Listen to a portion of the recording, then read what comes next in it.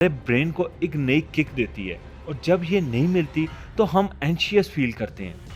यही वजह है कि आज मोबाइल एडिक्शन ड्रग्स और गैम्बलिंग से कम नहीं। चैनल को सब्सक्राइब नहीं किया तो सब्सक्राइब करके बेल आइकन को भी क्लिक कर दें ताकि आपको आने वाली वीडियोस का नोटिफिकेशन मिलता रहे।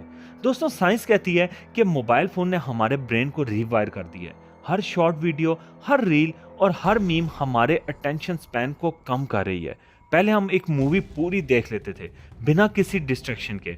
आज 15 सेकंड की वीडियो भी पूरी नहीं होती और हम स्क्रीन को स्वाइप अप कर देते हैं। हमारी generation information rich but attention poor बन गई है।